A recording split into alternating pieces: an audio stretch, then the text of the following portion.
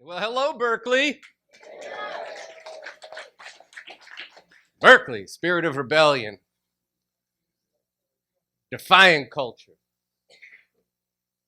counterculture that goes up against all that's imbued with the degrading and dehumanizing way of this society. That's Berkeley, and that's where Revolution Books started. Well, actually, it did start in New York in 1979, but I saw in the slide here that there was Everybody Books. Is that right? Okay. I actually was there in early 1970s.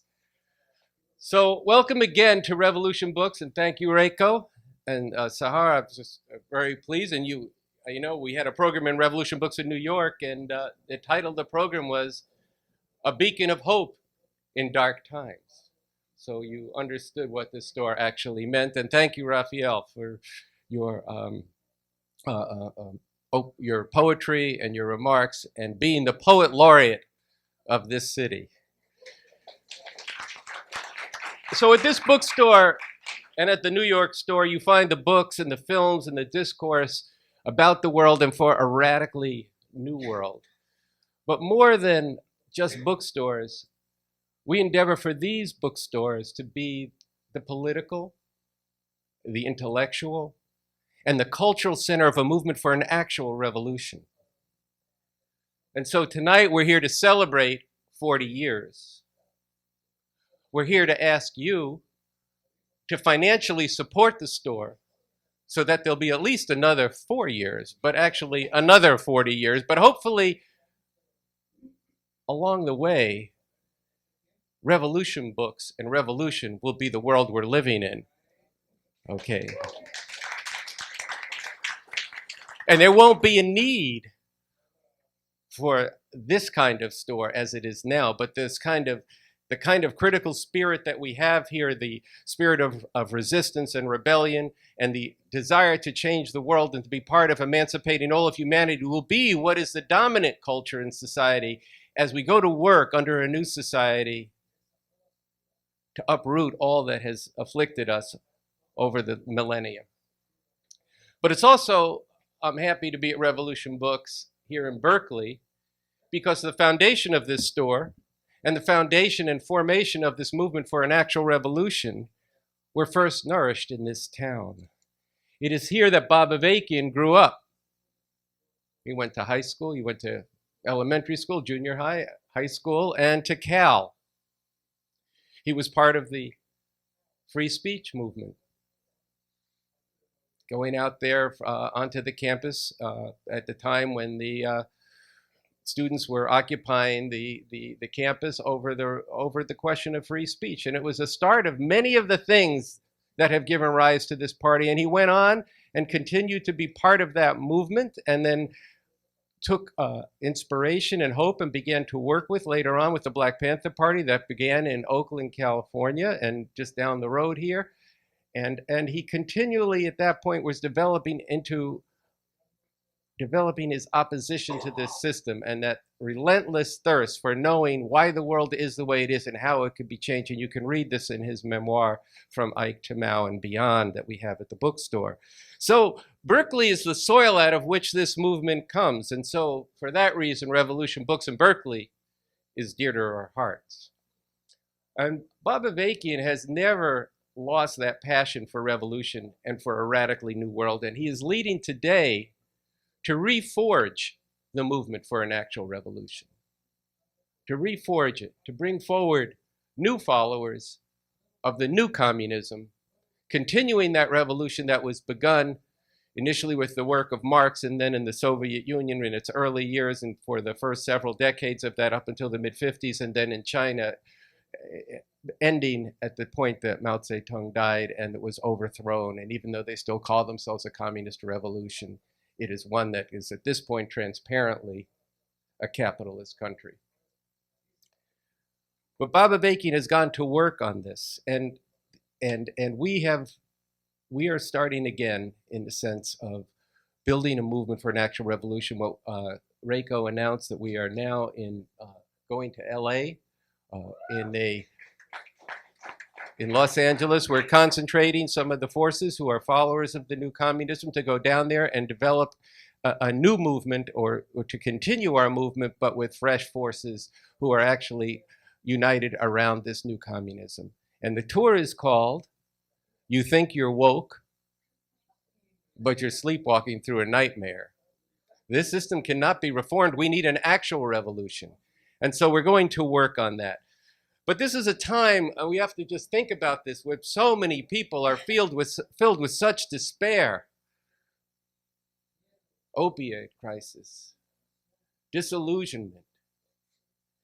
And yet even those who are active are chasing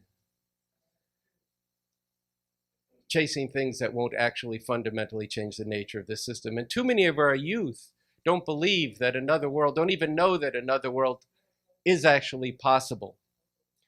But at Revolution Books, they can find this. That's part of what happens when you walk through those doors. You find out then you can experience that another world is possible. And you can discover that there's an alternative to this system that needlessly destroys lives here and around the world. And it also crushes spirits.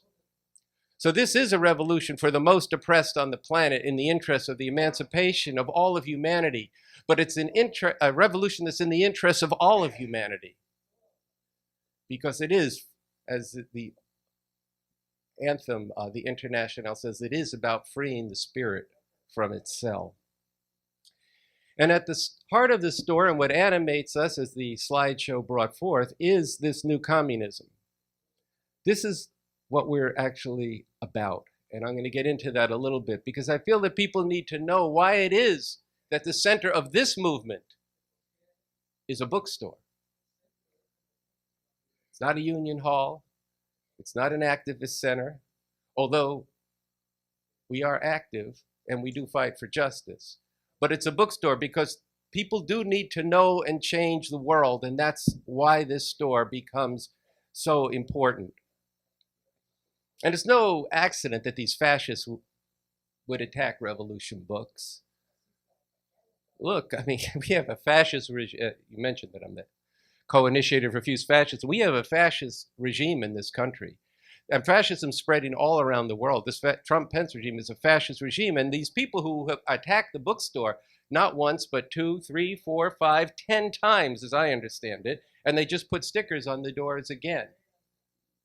You see, these people are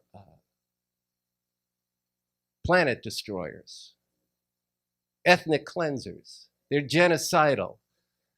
They're lunatic, theocratic fundamentalists. And that will necessarily lead to book burning and book banning. And that's why they have to attack a bookstore. And that's something that, as Sahara is bringing out, we have to take very seriously. But what is it that makes them scared of this store, and not just any store? It is the fact that there's revolution at the heart of it. And that at the heart of that revolution in this store is the most important political thinker and leader in the world today, which is Bob Avakian.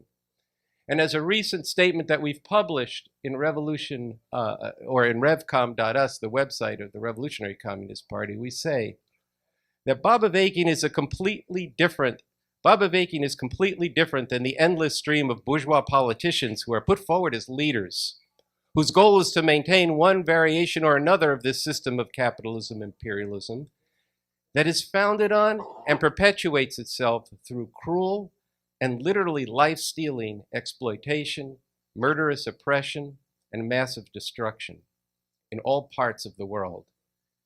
BA is a revolutionary who bases himself on the scientific understanding that this system must finally be overthrown through an organized struggle involving millions of people and replaced with a system that is oriented to and capable of meeting the most fundamental needs of humanity and enabling humanity to become fit caretakers of the earth. Bob Avakian is the architect of a whole new framework of human emancipation, the new synthesis of communism, which is popularly referred to, as I said, the new communism. So this is what underlies the bookstore.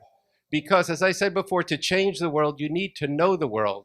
And this place, with its breadth of literature, with its programs, with the films it shows, with the discussions we have and the engagement you get here, is a place where you can both take up this theory, learn about it, see it applied, and then you can even find out about it and connect with and go out and link up with the movement for an actual revolution if that's what you want to do.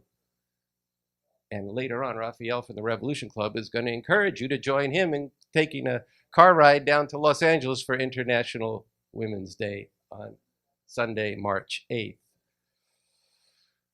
So, but what is the heart of what Bob Avakian has actually done? What causes us to say to issue such bold statements as this is the most important thinker and leader?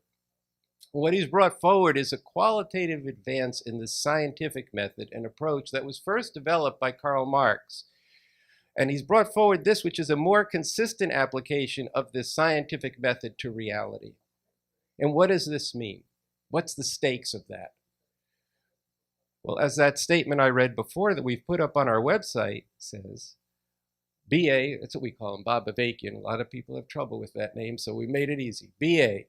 BA is a leader who is firmly convinced on the basis of a consistently scientific method and approach that the goal must be nothing less than an all-out revolution, and who at the same time has emphasized that the new communism thoroughly repudiates and is determined to root out of the communist movement the poisonous notion and practice that the ends justifies the means. Let's say that again. It thoroughly repudiates and is determined to root out of the communist movement the poisonous notion and the practice that the ends justifies the means. It is a bedrock principle of the new communism that the means of the movement must flow from and be consistent with the fundamental ends of this movement. The ends of abolishing all exploitation and oppression through revolution, led on a scientific basis.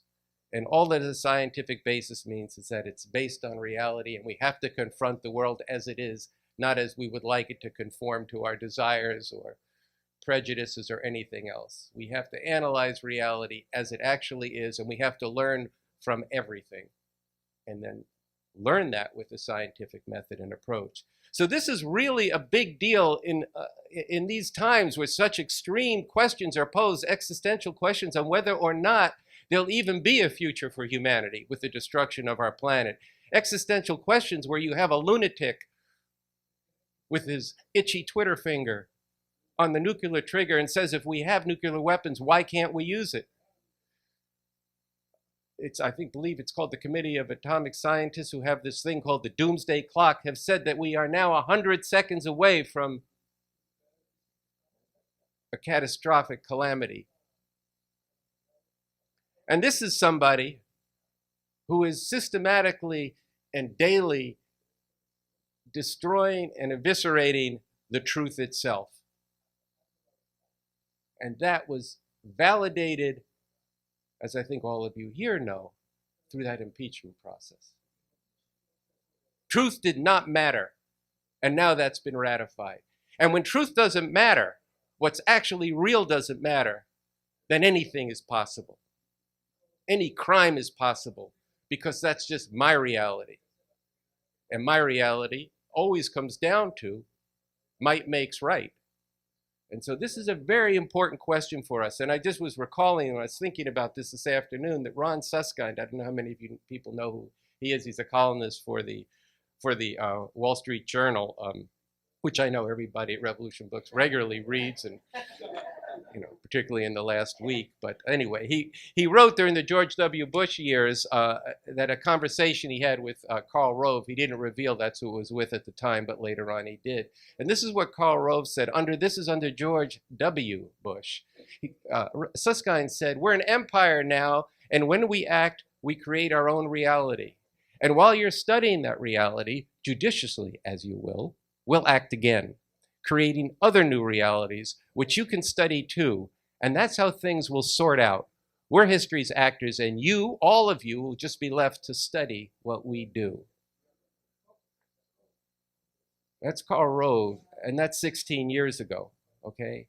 17 years ago, I think. Now, with Trump and Pence, we're on a whole other level. backed up by the force of the state. So here's a problem. We got COVID-19. This is potentially an extremely serious crisis, possibly a global pandemic. So if you want to deal with that, you've got to do two things. One, you have to appoint somebody who doesn't believe in evolution to head up the committee to prevent the disease. That's the first thing you have to do. So very important. The second thing you do is you tell people that once the weather gets warm, there'll be no problem. This will just go away. And then you have your staff say the whole thing, after all, is yet another hoax. So this is just not a trivial example. Potentially, this is a catastrophic example. We don't know how this will go. But one thing we do know is facts will matter, truth will matter, scientific approach will matter. All of that's being destroyed by this regime. So this is part of the import of having a scientific method and approach to understanding the world and changing it. But look, let me say one other thing about this. I was just thinking about this. Because this guy, Mike Pence, is really, this theocratic fundamentalism, this Christian fascism, which Avakian has been writing about for over 30 years, studying this at a point where people weren't looking at this. In the 1990s, he was writing about where this was going to go and what it was headed for, that it's a particular political form of theology that is headed towards not being satisfied until it has control of the state. And so this political form of Christian fundamentalism that we accurately call Christian fascism and the white supremacist bullying of America First, of Trump, do necessarily have to go after reason and rational thought and a scientific and evidence-based approach to reality. So this speaks to why, as I said earlier, why they have to go after a store like Revolution Books. Because here in the literature, the breadth of literature we have, the serious studies of the roots of white supremacy, of the environment, of the roots of gender oppression in the beginning of class society and how it's actually been practiced through different eras and how it's being carried out in theocracies around the world, from Modi in his Hindu fundamentalism to the theocracy that exists in Iran today, all of which one of its key pillars is gender oppression. It's a very key factor of how ruling classes maintain their rule and actually enforce the nature of this society now, which is capitalism and imperialism everywhere, even in countries like Iran and around the world. So all of this is right. What we represent here is like a cross to a vampire. And the irony here is that these vampires wrap themselves in the cloak of religion. So I just think what further brings, I want to make another point on this, the import of a scientific approach to reality, a consistently scientific approach to the complexity of the world that we face today. That's the new communism and the staff of Revolution Books try to apply, which is that too much of the atmosphere on the campuses, including here at Cal, but also all over the country, is what we call, and you can call, a standpoint epistemology, which means what's true depends on who's saying it. So you have your truth, I have my truth, and he has his truth. This is a very dangerous thing that, if you think about it, is actually the same epistemology of how we think as the Trumpites have. And this is poisoned, in my mind, in our mind, those who would be in opposition to what's going on. And you can see this sometimes in horrific forms. Right now, there's a book by Janine Cummings called American Dirt. And many people have heard of this book and the controversy around it. This is a woman who's written a book dealing with the migration or the immigration and of a Mexican family. It was won Oprah's Book Award, and it's about a third way through it. It's a real page turner.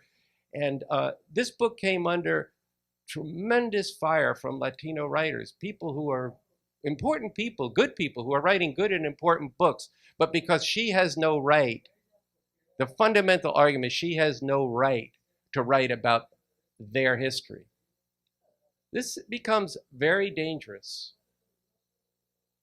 where you have students now who don't speak up because they feel they shouldn't speak up about somebody else's struggle. And this all comes down to not understanding the nature of the system that we face and, and what needs to be done about it.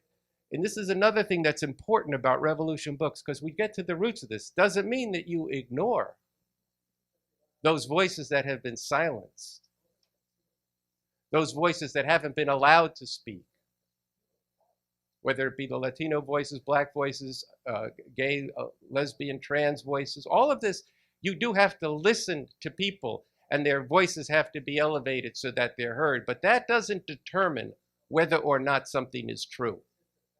That just means you have to hear what has been suppressed over centuries. But then you have to sort it out. And we have to get to the point where what we're about is the emancipation of humanity, and we have to start from that point of view. So I'm bringing this forward to say what's different here and what's essential about revolution books, which is this new communism, which at its root is a more consistently and scientific approach to reality. And when I cited earlier this point about the ends should not justify the means, in fact, they have to be consistent with each other, there have been problems in how some of this has gone about. The communists have had their own variation of this standpoint epistemology. Whatever the workers say, that should be valorized. Well, workers and people at the bottom of society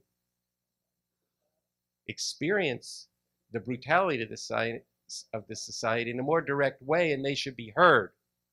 And in fact, revolution can resonate more profoundly with them more quickly. But that doesn't mean they possess the understanding of the nature of society. This is something that we have to bring to them.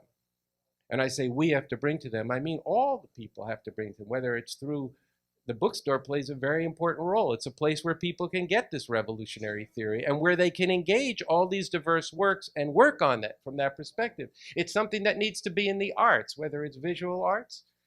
I'm trained as a photographer, not trained, I became a photographer. I worked in theater, poetry. All of this enables people to imagine the world as it was in the past, as it is today in the present in other cultures, and as it could be in the future. But even there, we have to be able to have the kind of experience and the kind of critical faculty, let me put it that way, where people are engaging this and then looking at it and saying, well, what can we learn from this? Why did they say this? And is it true? And how can we go to work on these problems? So when we go back across the hall, I want you to take a look at the bookshelves, and I want you to soak up the richness of the diversity of the views that are on those shelves. They're represented in the two authors that are here. We have our disagreements. We'll probably have another one after what I just said about the Latino authors, okay? But that's okay, as long as we have an atmosphere where these things are being struggled out in a principled way. Because too often in this culture today, we don't do that. People get canceled. That's a really horrific thing now. The arc of people's lives is not being looked at when they've done something in their youth. I know with Bernie Sanders, they're dragging out an essay he wrote when he was a student and saying that's why he shouldn't be president. When you got this motherfucker up there doing the same shit that he was imagining as a student trying to be a creative writer, this guy's been doing it his whole life. The depravity of Donald Trump. But anyway, the point is we have to approach this in a different way. But if you value this, then you need to do two things. One, check out that table that Reiko was telling you about where the works of Bob Avakian are at. I will say this about revolution books here in Berkeley. Too many people correctly value the store for the diversity of views, for the literature, for the authors, for the art. In New York, we have a concert stage. It's a wonderful place. It's like nothing. There really isn't anything else like it, which in one sense is too bad. I wish there were revolution books all over the place. But I want to be blunt and challenge you. Too many people come into that store and do not avail themselves of what makes it special, which is this theoretical breakthrough in how we could actually go to work and change the world. Too many people really don't think there's another world is possible, but I'm here to tell you it is possible. It's even possible to make an actual revolution. That's not something you can just pop off and do. And yes, when the time comes, it will be a matter of defeating the force of the other side with the force of the people, but that could only be done when millions of people feel like there's no other way to change the world. But in order for them to feel that way, there needs to be an organized movement for an actual revolution. But you need to engage that. And Avakian has developed a strategy for that. Check it out. Don't agree? That's okay. Let's get into it. Why do we think that's possible? Why is it possible? This matters. You know, I don't mean to just pick on, not pick on, but to evidence Sahar, but it's, let me just say this. After the, first off, there was a coup in Iran in 1953 that overthrew the elected government. Then after the Shah was overthrown in 1978, 79, and the Islamic fundamentalists were coming to power, Avakian gave a speech, just by the way, because America was whipped up like crazy about the hostages. Many of you here, probably some of you remember that, but the younger people don't. But Avakian gave a speech to the American people at that point, said, this is not our embassy. We need to stand with the people of the world and the Iranian people in their struggle to overthrow this regime. But one of the problems was you needed not that you always win, but you needed a strategy to be able to win.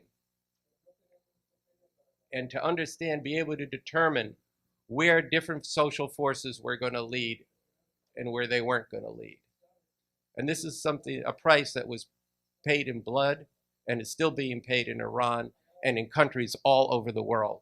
As somebody who was a youngster, or not a youngster, but a teenager in the 1960s and was moved by the African liberation struggles in particular, it's very painful to see what has happened to these revolutions that never were directed in the right way against overthrowing the system that oppressed them.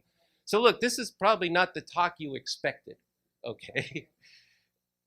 In other words, I'm not just talking about all the good stuff that people think about revolution books, but I am talking about the best stuff.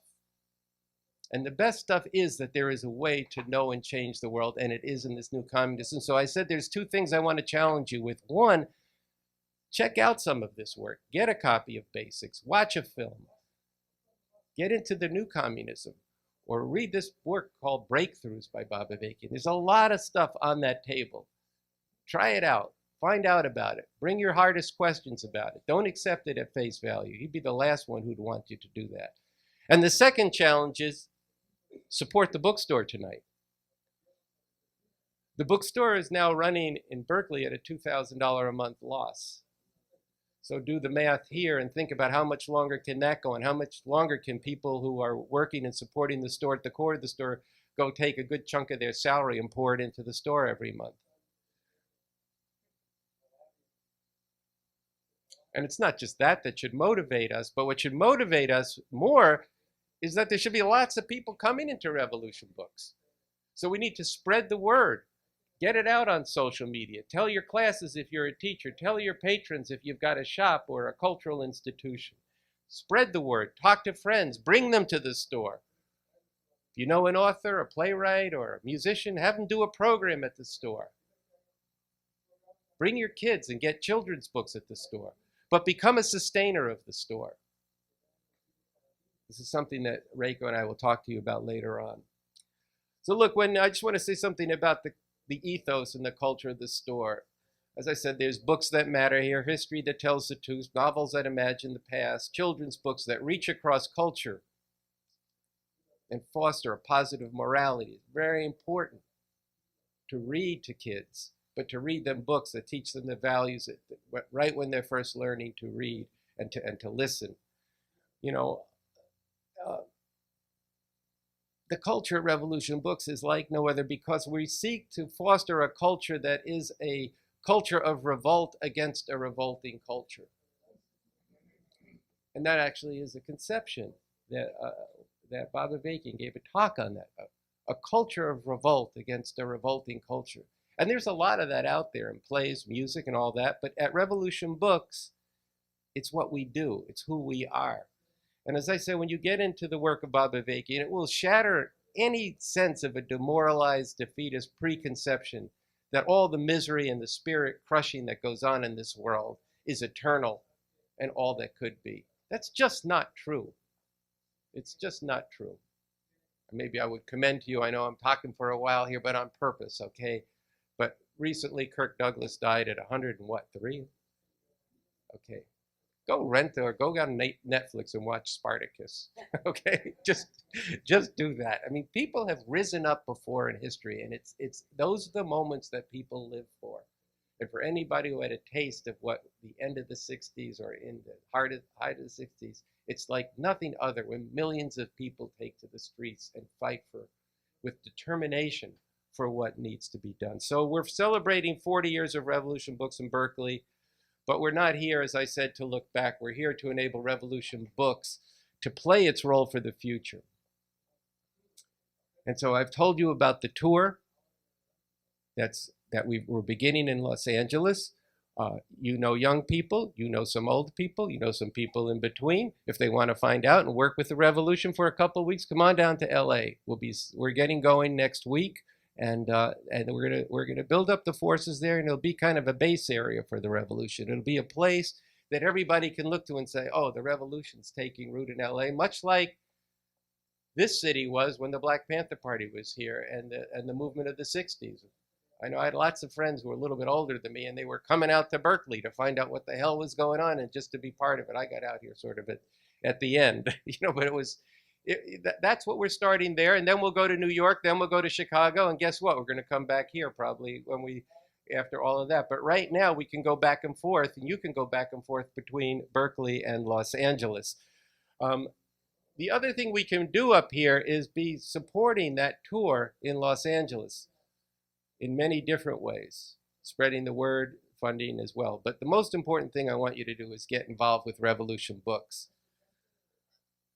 And it is hard to imagine, even for somebody like myself who's been looking under the leadership of Avakian at this developing fascism and been predicting this for a decade now, that we would be living at this. Even for myself, sometimes it's literally unbelievable each day. That we're actually heading down this path, that at a certain point it does become too late to reverse. And so this is where we really have to speak. Even this young woman from Scandinavia, Greta, she is sounding the alarm, and she's not wrong, she's correct, that it can become too late to save the planet.